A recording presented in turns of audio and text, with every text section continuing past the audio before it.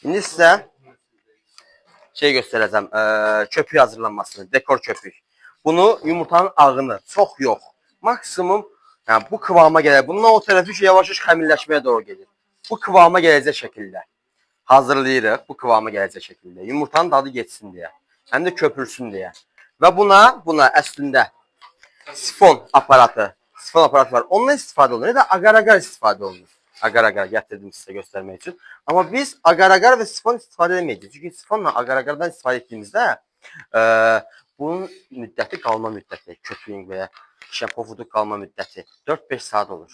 Amma bunu heç də istifadə edəndə maksimumun ömrü 1 saatdır. 1 saat sonra köpük yatmağa başlayır. Köpüyün biraz daha aromasını qaldırmaq üçün soda istifadə olunur. Və istədiyimiz hər hansı bir məhsulun köpüyünü düzəldəcəksə, həmin məhsulun suyu. İndi biz nə istifadə edirik yeməyimizdə?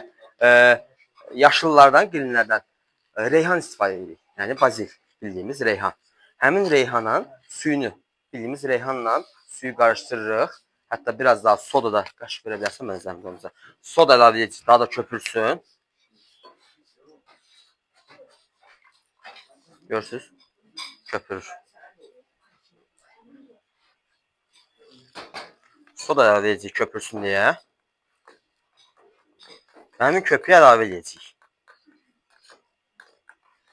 Ki, pofuduk qalsın deyə.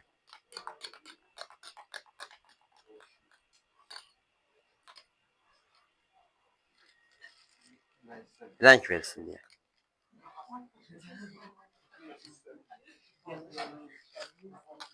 Çox cüzi miqdarda köpüyümüz uzun müddətli. Normalda ehtiyac yoxdur. Amma əgər siz köpüyü 4 saat, sakit olun uşaqlar, sakit olun. 4 saat, 5 saat üzərində saxlamaq istəyirsinizsə, biraz agar-agar əlavə edə bilərsiniz. Agar-agar qatılaşdırıcı bir maddədir. Qatılaşdırıcı bir maddədir. Məqsəd o köpüyün qatı vəziyyətdə qalmasını sağlamaqdır. Və bunu ağarırıq, birləşdiririk.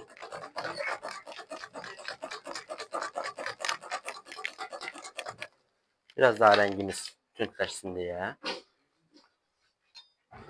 rəng əlavə edirik.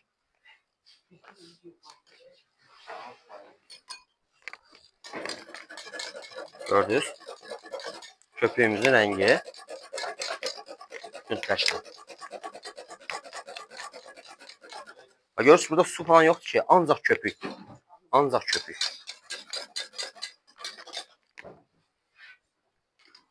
Biraz daha rəngini tündləşdirək.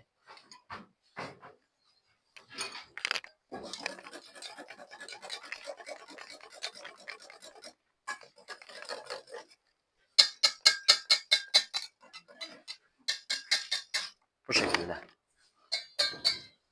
İndi